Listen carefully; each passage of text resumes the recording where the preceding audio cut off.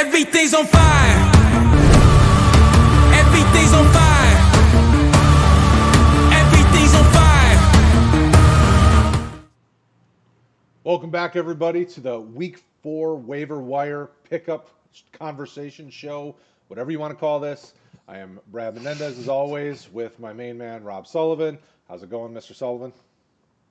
It's going great, Brad. Thanks for having me, my friend. Always a pleasure to get to chit-chat about what could be the most difficult conversation to have right now is what do we do with our teams and how do we pick up guys to fill all these holes that are showing up? You know, we're 4 weeks in and it's really hit the fan in fantasy. So let's see if we can help everybody out and find some sneaky guys to pick up and hopefully generate some fantasy success for them. So we'll just hit quarterbacks. We'll start at the top and work our way down. But as always, don't forget RotoHeat.com. You can check out the article. If you're enjoying what you see here on YouTube, make sure you like, subscribe, notification icon, do all those fun things so that you can stay up to date anytime Rob and I go live with our Fantasy Inferno or any of the other amazing pieces of content we put out there. We thank you guys, as always, for making this a fun conversation and a great YouTube experience. Why don't you get us going with the quarterbacks, Mr. Sullivan? Why don't we start with a guy who, excuse me, didn't even play this week, and we'll start with Ryan Tannehill. So the reason I have him kind of front of mind is based on his ownership. His ownership dropped significantly this week. Understandably, I'm guessing that a lot of people carry maybe one quarterback in a 12-team league, and if Tannehill was your quarterback and all of a sudden he was thrust into a bye week, you dropped him. So he was quarterback 12 after 3 weeks. He looks to be pretty darn decent in that offense, using Jonnu Smith and Corey Davis. He's going to get A.J. Brown back, still has Derrick Henry. And his ownership dropped down to 38% on ESPN and 49% on Yahoo. So, you know, we do have the buys are starting, the real planned schedule ones in week 5 with the Packers and the Lions. And those are two pretty good fantasy relevant quarterbacks that are on bye. So if you need someone for week 5, I would say Ryan Tannehill is an option. What do you think? Oh, absolutely. I mean, you know, like you said, he's QB 12, so he's a guy that you should be able to target. And with as many injuries as there are, you probably have room on your roster right now to just put him there. So I would definitely be targeting him.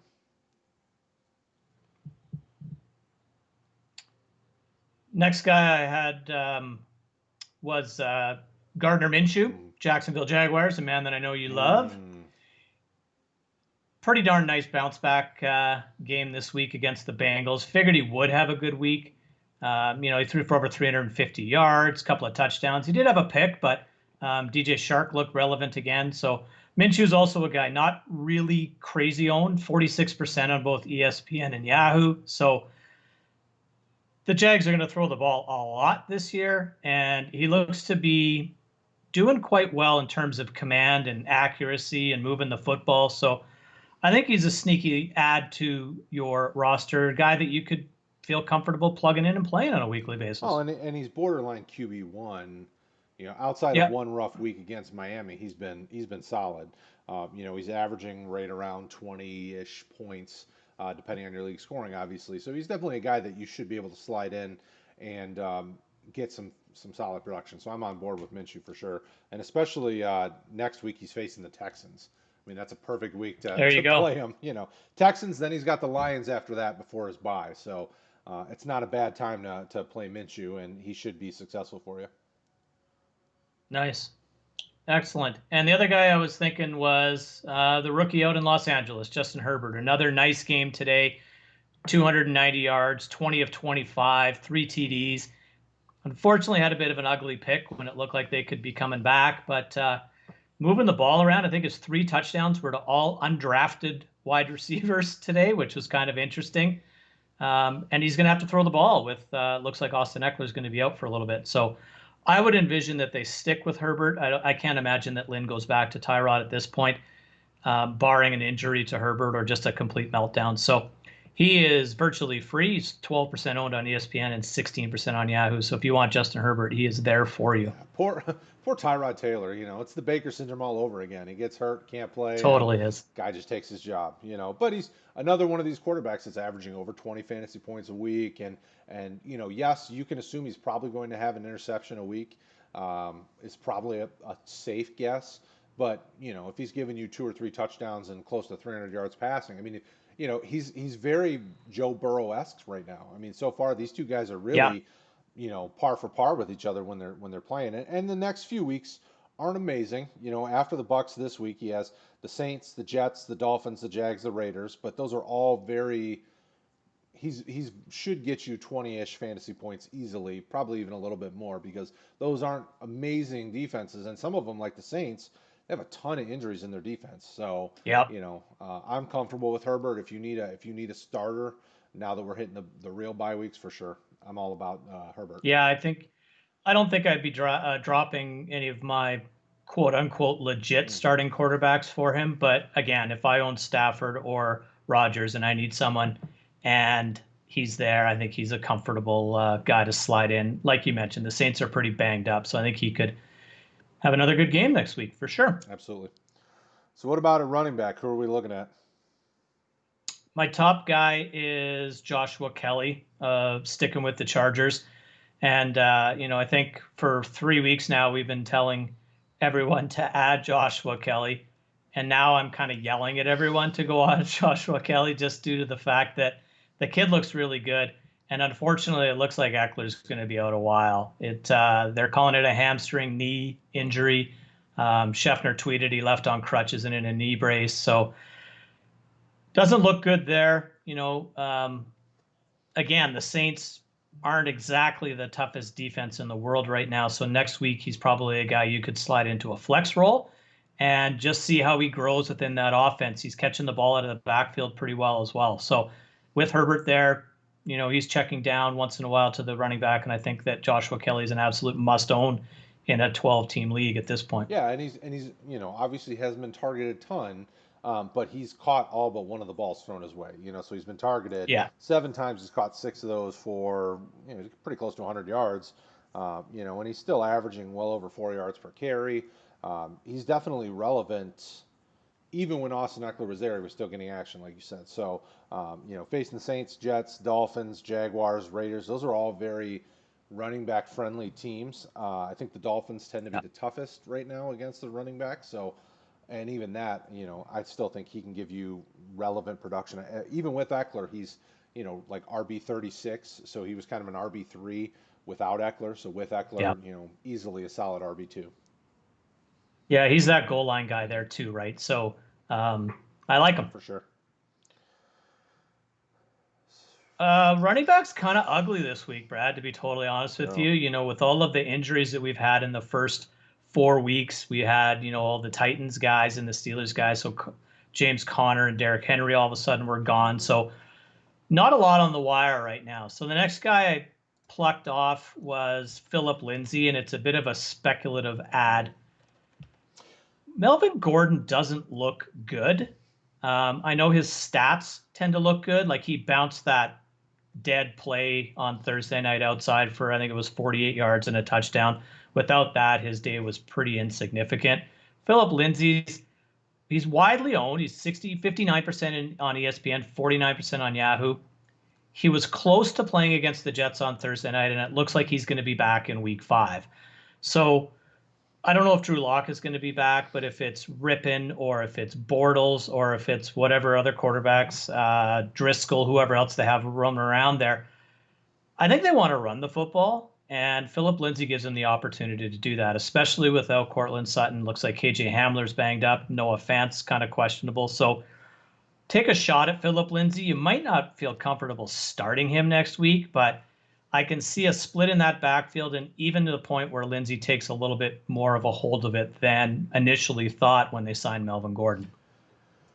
Yeah, I mean, and it's tough. I mean, like you said, it's hard to find running back help right now. For those of us like myself in leagues like the Fishbowl where running back is injured, I'm toast. I mean, right now Yeah. I got lucky, grabbed Jeffrey Wilson, but otherwise, with Eckler down now, I'm really hurting. I think I'm trusting maybe Rojo and Wilson if that. So, I would be considering a guy like Philip Lindsay if he's out on the waiver wire because if he gives you something, great. Otherwise, it's not like I have anything else to go with. So if you're really hurting at running back, this is he was an RB1 prior to Melvin Gordon being here, and Melvin Yep. Gordon even being here has been just I mean, kind of Yeah, what we that didn't care for him expected. He came in here and he's basically the same Melvin Gordon we saw the last couple of years in LA with the Chargers. So Lindsey should still be able to work his way in because he's a better running back right now. totally. So other than that, do we have any other running backs? I have a dart throw running back, and it's really dependent upon Nick Chubb, and Nick Chubb left early today with an injury, which is unfortunate. Hopefully, he is back sooner rather than later. But if he isn't, Ernest Johnson filled in quite nicely for him today. He had 13 carries for 95 yards and a nice 7.3 yards per carry average. I'd be lying if I told you I knew anything about him, so I looked him up. And he was the second leading rusher in the AAF at the time of its closure. He had 372 rushing yards. And I don't know if you are like yourself and in a pretty desperate spot for a running back, and Nick Chubb is to miss some time. Kevin Stefanski's shown us that he likes to use two guys. He likes to put both those tight ends on the field, and he likes to run the football. So, you know, Kareem Hunt had a little bit of a groin tweak all week, and he wasn't 100% today either. So maybe you get a week out of this guy. I don't know, but there really isn't much out there on the wire. And Johnson is, I couldn't find him when I looked him up on ESPN, and he's 1% owned on Yahoo. So he's out there for you, I folks. am going to grab that baby up and hope that the Chubb owner is the guy I'm playing next week. Nice. No, I would agree.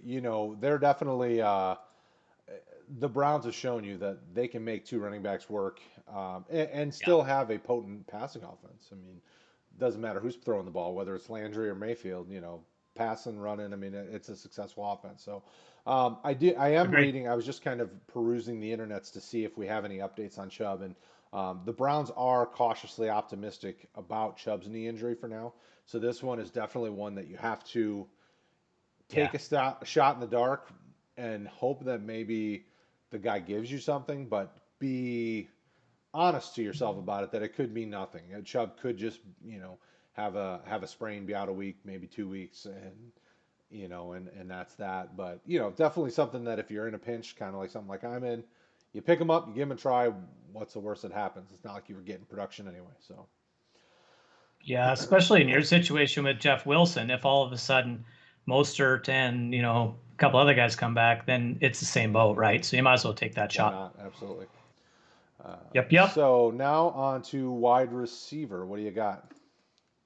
I think Tim Patrick's relevant all of a sudden. He is, the Denver Broncos wide receiver. He's 0.6% owned on ESPN, 1% owned on Yahoo. Caught 6 of 7 targets for 113 yards and a touchdown against the New York Jets on Thursday night. Patrick's the kind of guy that seems to be, he reminds me sort of Josh Reynolds in Los Angeles, that when people are hurt, he needs to play. He looks darn good, but he doesn't seem to be good enough to knock other guys out of the lineup. So in Denver, unfortunately, your boy Cortland Sutton is lost to us for the year.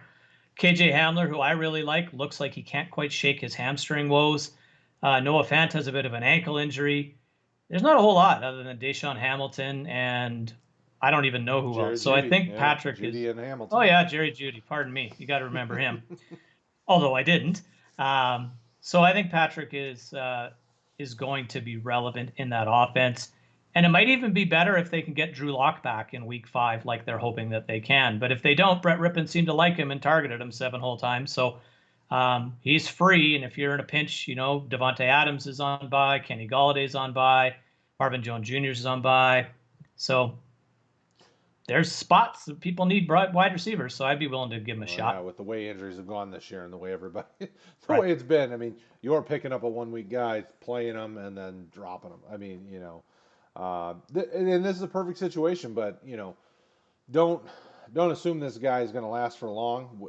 Obviously, he, like you said, he wasn't able to kick anybody out of a spot before. He's been with the team since like 2017 when I was looking for injury news on the Broncos to kind of see where everyone's at. I did not realize that Patrick's basically been with the team for the better part of 3 years and hasn't been able to play his way into a job other than spot duty. So, Yeah. but when he's called up, he does his job. So that's always important to know if he's starting and playing significant reps, he's probably going to get some targets, and you're probably going to get some production. So definitely a solid ad, at least for a couple of weeks until some of these guys get healthy. And because so many rookies are on this team, I think they have what, 3 right now. It's Judy, Hamler, and Tyree Cleveland. I mean, guy could easily have a job the rest of the season just because of the other guys are young and haven't gotten it. Yeah.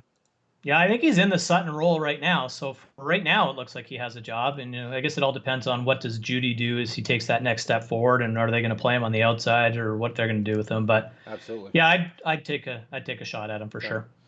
All right. So next up, who you got?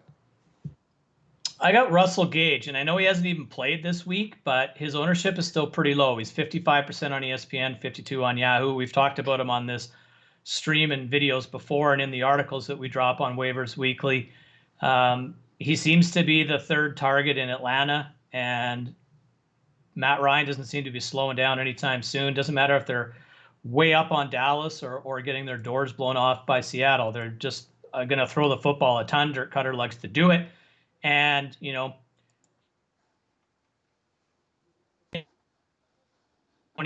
41.6 PPR points. It's a relevant asset. And again, if you're a needy guy needing a wide receiver, or even a flex, right? Because running backs destitute. So if you can throw a guy like Russell Gage in at your flex with maybe you have decent wide receivers, you'll benefit there as well. Yeah, up until the injury during the Bears game, I mean, he was averaging right around 10 targets a game the first couple weeks. So it's like there's plenty of offense to go around. And obviously we know their defense isn't stopping anybody. So it's going to be a shootout. So, and he left that Bears game fairly early too, did he not? Yeah. He left in the first quarter, and he had already had 3 targets in the first quarter. So through 9 quarters, you could say the guy's wide receiver 24 is pretty darn good. Oh, for sure, especially when he's the 3rd or 4th option on the team. Exactly. All right. So last but not least is a rookie wide receiver. Yeah, I'm still pounding and beating the T. Higgins drum. He had another nice game today, 4 of 7, caught 4 of his 7 targets for 77 yards. Joe Burrow looks comfortable with T. Higgins, and T. Higgins, there was one play in particular today where he caught the ball over the middle, and I actually said out loud, "Who is that?" Because he was big and he was fast and he was making a play, and I was like, "That's T. Higgins. Holy crap, that was impressive." So I like him a lot, and I think his role is going to continue to grow. And AJ Green was banged up in this one too, and I don't know if he left, or if he did, I don't know if he returned. But if he misses any time, then Higgins' role becomes even that much more important in that offense. Well, and you can see after the week 1, he didn't really get any targets and any action. Right. But after that, he's gotten action every week, and he looks like a young AJ Green. I mean, he's dominant. He's big, but got a fairly good amount of big playability. I mean, it's just like him and Tyler Boyd have kind of taken over as the top 2 targets there. Burrow seems comfortable with them both, and it shows. I mean, he got 6 targets week 2, 9 targets week 3, and 7 targets week 4, and he's catching a fair amount of them. Better than 50%. He's probably right around 60-65% catch rate. Yeah. So. Yeah, and I haven't seen snap counts from today, but I believe he played the most snaps last week out of all their wide receivers as well, which is a pretty nice indication. And side note, nice to see Joe Mixon bounce back and be relevant. I know. Yay. And all the Joe Mixon owners finally sighed, but Rick says, hold up. Big exhale. Yeah. But Rick says, I told you it was coming. Just relax.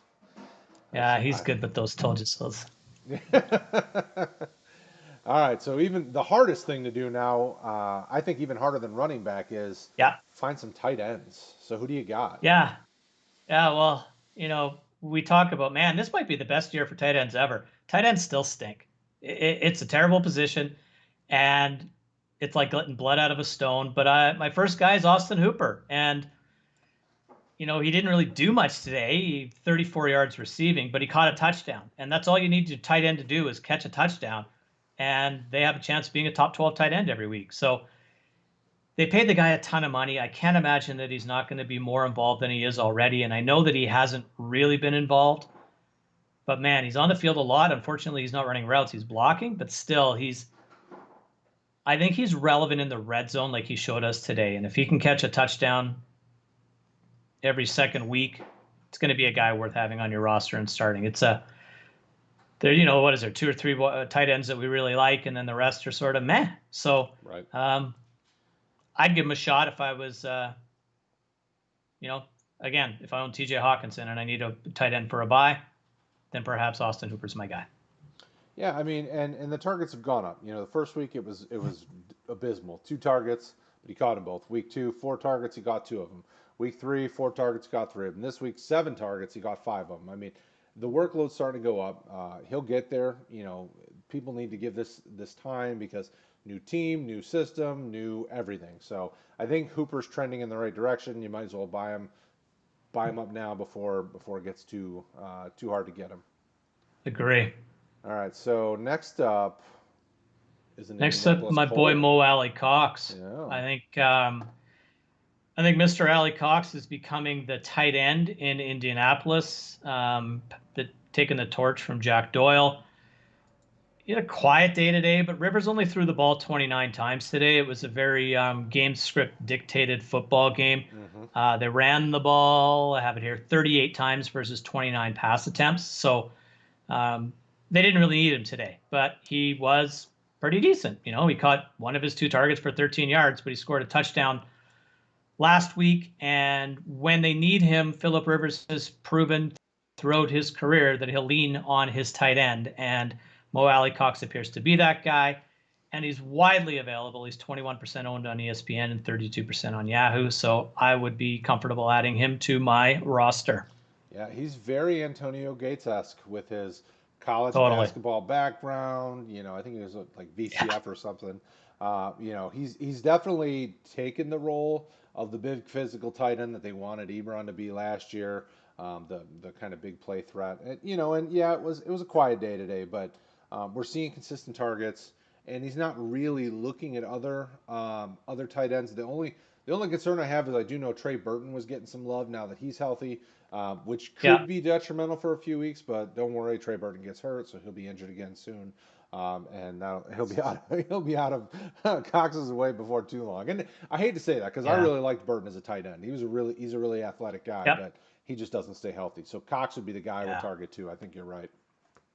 Rivers looked really bad today too. That he missed T.Y. Hilton about 3 or 4 times when he was wide open. He's struggling to throw the football with any accuracy more than 20 yards down the field. And they're banged up at wide receiver, right? Like it's T.Y. Hilton and Zach Pascal and no one else. So there might be enough meat on the bone for both Burton and Mo Alley Cox in a game where they're forced to throw more. Absolutely. All right, so wrap us up. Who's the last tight end in our list of my last tight end broke a bunch of people's hearts after he was massively added in week 2 and then laid an egg in week 3, but it's Drew Sample. I don't know. He's back on the fantasy radar today. Like he had, what did he do today? Targets, I think he had like 3 catches, 5 targets, 3 catches. Right. And I hate to say it, but that's a relevant tight end these days. So Burrow, again, I'm really impressed. He looks good. He's going to gain even more confidence because they finally got him a win and they didn't get him killed. Drew Sample will be there. And again, if he catches a touchdown like he did in week 2, all of a sudden he was like, holy cow. So there's not a whole lot of confidence there. But again, he's free. He's 3% owned on both ESPN and Yahoo. So if you need a tight end, just go get him. Oh, yeah. I mean, especially if, if you're a team that was heavily invested in Minnesota Vikings tight ends, they haven't really been producing. Like, this is a guy you could go pick up and play, this is only his second year in the league.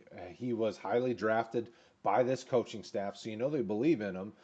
So I expect him to continue to see a fair amount of targets. It may not be beautiful every week, but if he gets 3 catches and a touchdown, you've got production that's probably going to rival any of the other guys that aren't the top, 3 tight ends. So 100%. So I absolutely agree. That'll do it, everybody. Those are our week 4 waiver pickups. As always, if you guys have questions, if you need anything, RotoHeat.com. We've got Discord server, we've got Facebook community. Our Twitter handles are down here, and I get DM'd like crazy from people asking just random trade questions or pickups and all that. We're here to help. RotoHeat.com as always, and if you guys want to show a little extra love, RotoHeat.com/Patreon, become a patron, and you get some special access to our rankings, which are updated on the regular every Tuesday. You also get a special Sunday morning live stream with the main man Rick and sometimes Bryce and whoever else he has sneak on to help you with your last minute start sits and some of those other things. So Totally. thank you guys as always. Mr. Sullivan, thank you, and we will talk to you again next week.